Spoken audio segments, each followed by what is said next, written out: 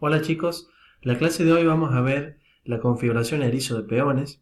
La configuración erizo surge de tener peones en E4 y en C4 para el blanco y en E6 y D6 para el negro. Esta configuración de peones es muy sólida porque en primer lugar, si jugamos de negras, no vamos a permitir que ninguna pieza se posicione sobre la quinta fila, lo cual para nosotros es una ventaja. La desventaja sería, por ejemplo, la falta de espacio. Observamos que nuestras piezas, a pesar de que están muy sólidas, ubicadas, ¿sí? Vamos a notar como que carecen de espacio y como que no pueden maniobrar con cierta solvencia. Lo cual hay que realizar una serie de planes en este tipo de posiciones para llegar a obtener una posición satisfactoria para nosotros, obviamente jugando como negras.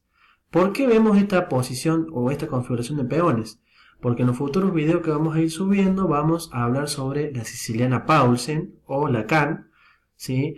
Hay que tener en cuenta que en la Kan o la siciliana Paulsen se usa esta configuración de peones para el negro. Se usa y se usa mucho, ¿sí? Además, esta configuración está muy de moda hoy en día. Todo jugador, todo ajedrecista tiene que saber qué hacer y cómo maniobrar en este tipo de posiciones. Bien, vamos a qué hay que hacer de negras en primer lugar y luego vamos a analizar los dos planes típicos del blanco y al final veremos unas partidas instructivas sobre los dos planes típicos de las negras. Bien, en primer lugar, hay dos planes que tienen que tener presente el negro como jugadas liberadoras y que tiene que hacer en algún momento en la partida.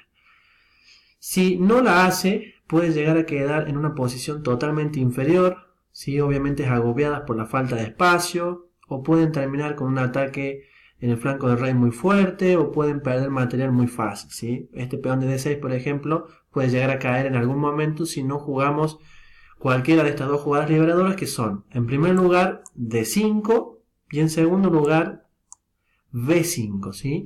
Estas dos jugadas, tanto B5 como D5, podemos hacer las dos jugadas, ¿sí? Que muy rara vez se da, generalmente es o una o la otra, pero sí o sí tenemos que hacerlas en algún momento de la partida, si jugamos esta configuración de peones, obviamente. Y el segundo plan que tenemos que tener en cuenta es el de mover esta torre, ¿sí? A C8 y a tratar de aprovechar esta debilidad de peón. Tengamos en cuenta que acá el negro cuenta con la columna de C abierta y el blanco cuenta con la columna de D abierta, ¿sí? Lo cual, ¿qué va a intentar hacer el blanco? Atacarnos esta debilidad de D6. Nosotros, por el contrario, tenemos que hacer todo lo opuesto, intentar atacar a través de esta columna de C esta debilidad de C4. Posteriormente también ubicaremos esta torre en E8, ¿sí? Generalmente la torre va a ir acá, porque trataremos de aprovechar algún tipo de descubierta que pueda haber sobre este alfil que está en E3.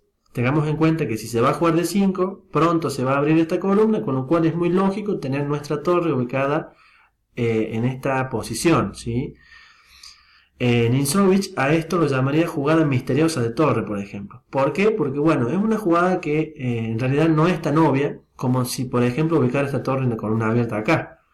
Misteriosa es porque, bueno, pongo una torre en una columna totalmente cerrada, pero yo, sabiendo que voy a jugar de 5 a futuro, ¿sí? O sea, no me va a parecer tan misteriosa porque, bueno, obviamente la columna a futuro se abrirá, ¿sí? Bueno, en cuanto a las blancas, tienen dos opciones características. Una es tratar de aprovecharme de la debilidad de D6 o de B6, jugando, por ejemplo, esta configuración, que puede ser F3, ¿sí? E4, C4, posicionar mis piezas para atacar estos dos peones. Es uno de los planes más tranquilos, digamos, pero más seguros que tiene el blanco, ¿sí?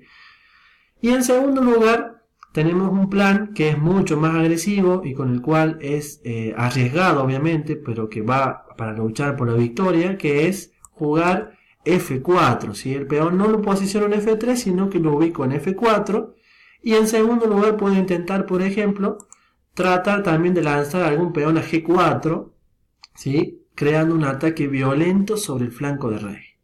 Entonces recordemos que los dos planes para el blanco son Uno, jugar tranquilo, jugar más restringido, ¿sí? Ubicando mis peones en F3 y E4 para atacar las debilidades de D6 y de B6. Obviamente posicionando mis piezas. Por ejemplo, mi dama podría pasar a F2 para mirar con mi alfil este punto, o tratar de atacar esta columna, aprovechar esta columna, perdón, para atacar este peón. Y el segundo plan es, como dijimos recién, tratar de tirar los peones del flanco del rey creando un ataque muy violento. Bien, eso es todo lo que tienen que saber en cuanto a este primer video. Ahora veremos dos posiciones de dos partidas entre grandes maestros, donde bueno, han aplicado tanto el movimiento liberador D5 como el B5. Bien, vamos con una partida. Esta posición corresponde a la partida de Yermoninsky-Salop, jugada en el año 97. En esta posición podemos notar que la torre de 8 está ejerciendo un rayo X muy potente sobre una dama que en primer lugar se ha ubicado mal. ¿Por qué tiene ventaja el negro en esta posición? Bueno, porque el blanco ha realizado una serie de maniobras imprecisas donde ha ubicado sus piezas de una forma poco efectiva, y como vemos en la posición negra no ha generado ningún cambio, digamos, no ha alterado el orden, con lo cual el negro no ha sufrido en esta posición y ha dispuesto sus piezas de la mejor manera. Jugar B3 en este tipo de posiciones erizo no es muy bueno para el blanco, lo cual le da una seria desventaja. Bien, en esta posición la mejor jugada es D5, ¿sí? Bueno, acá se realiza una serie de cambios. El blanco lo que no tiene que hacer en esta posición es abrir. ¿Por qué? Porque tiene en desventaja, ¿sí? Sus piezas mal ubicadas, y además estos alfiles se tornan muy potentes. Abrir una posición cuando tenemos dos alfiles bien ubicados es un peligro, ¿sí? Bueno, en este caso el blanco lo hizo y bueno, sufrió en la partida y perdió obviamente. En primer lugar, alfil A3. Primera jugada que deja de relieve lo malo que es abrir esta posición. Toca la torre. Y ahora hay que tener en cuenta que cuando las piezas están generalmente mal ubicadas pueden surgir recursos tácticos importantes, como es en este caso torre por C3 y caballo por D5, ¿sí? Jugada muy buena que intenta aprovechar esta clavada de alfil. Torre CD3, caballo C5, ganando un tiempo y llevando un caballo a una posición mucho más activa. Y ahora, por ejemplo, caballo C6 sería mala debido a alfil por, torre por, alfil por, torre por y alfil C1, ¿sí? Que es una jugada que gana el alfil de E3 sin ninguna compensación a cambio.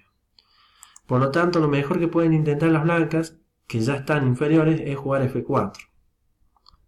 Devolviendo el material, caballo por D3, torre por D3, alfil C5. Ahora es bueno eliminar este caballo que está molestando. Caballo F5 y alfil E4. Como podemos ver, los alfiles están ejerciendo un poderío muy enorme, están creando muchos problemas a las blancas, que tuvieron que jugar lamentablemente alfil por C5, alfil por D3, dama por D3 y B por C5, dama C3. Bueno, decir que las blancas les queda por intentar amenazas de mate como para crear dificultades a las negras, pero bueno, defendiéndose bien y que haciendo jugadas precisas, las negras van a ganar, como ocurrió en esta partida. Dama E8 tratando de cambiar damas, dama D5, jugada buena que obviamente no le conviene cambiar piezas acá porque tiene material de menos, ¿no es cierto? Blanco. Bueno, y ahora entra la dama en juego, lo cual causa muchas dificultades. Dama F1, una jugada muy buena. Y ahora, por ejemplo, si rey H2, torre 8 gana.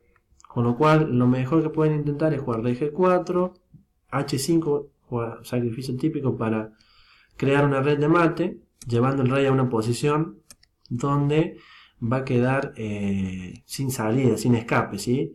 Y ahora la jugada que remata todo es dama E2, y en esta posición Yermoninsky abandonó.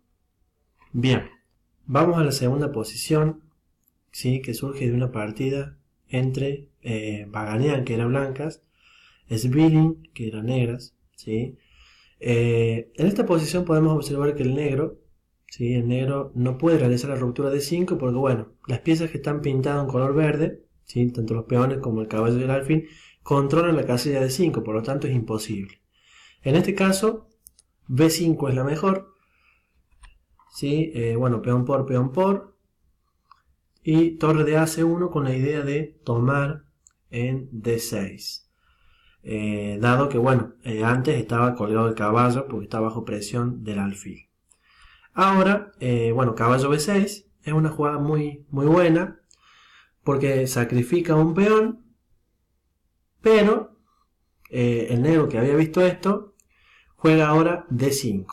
Como podemos ver, tenemos los dos movimientos, los dos planes típicos del negro hechos en este momento. ¿Sí? Primero jugaron B5 y ahora juegan D5. Acá, como dijimos, en este tipo de posiciones de D5 generalmente al blanco no le conviene abrir el centro por los alfiles del negro. Por lo tanto, juega E5, pero a cambio juega caballo C4, ¿sí? Torre por C4, ¿sí? Es única porque de lo contrario quedaría muy mal. Con idea de meter un caballo en D6, ¿sí? Que es uno de los sacrificios típicos. Bueno, caballo por E5, alfil por A8. Y ahora una jugada que se le escapó al blanco que es C3, ¿sí? Es una jugada ya como para adornar esta posición. En la partida se jugó dama C2, que es una jugada muy mala. Tenía que haber jugado dama E2, lo cual vendría torre por D6, torre por D6, dama por D6, F por E5, alfil por E5, alfil G2, alfil por, peón por, torre C8. Y notemos que aunque el negro quedó con dos piezas por una sola, es decir, en cualquier posición debería perder acá el negro porque generalmente dos piezas valen mucho más que una sola, pero en este caso el que hace que tenga ventaja el negro en esta posición es este peón, ¿sí? Que es totalmente agresivo. Rey F2, C2, alfil C1 y torre C3, creando amenazas de ataque muy potente. Con esta posición el negro quedaría muy bien, ¿sí? Con lo cual tampoco lo salvaba, digamos. Jugaron dama C2, torre por D6, torre por D6 y la jugada caballo C4, una jugada intermedia, ¿sí? Que no vio en esta posición y bueno, lo cual le llevó a perder. Torre A6, caballo por E3, dama E4, C2, ¿sí? Una jugada muy buena, dado que por ejemplo jugar dama por E3 no es posible por la maravillosa alfil de 4, sacrificando, que permite la coronación. En su lugar se tiene que jugar caballo E2, para defender obviamente que no corone el peón, dama C4 haciendo un ataque doble, dama E3, dama por E3, perdón, y dama por A6, alfil F3, ¿sí? Con idea de que no vaya a venir un sacrificio acá y que corone, y ahora torre D8, rey G2 y alfil B2, el toque final. Bien, con esta partida, ¿sí? Con estos dos ejemplos típicos hemos visto tanto la ruptura D5 como la ruptura B5 que tiene el negro en este tipo de configuraciones erizo. Ya en el segundo video veremos algunas otras ideas importantes que hay que tener muy presente, ya para irnos preparando y para estar listos para ver la Paulsen en profundidad. Chao chicos.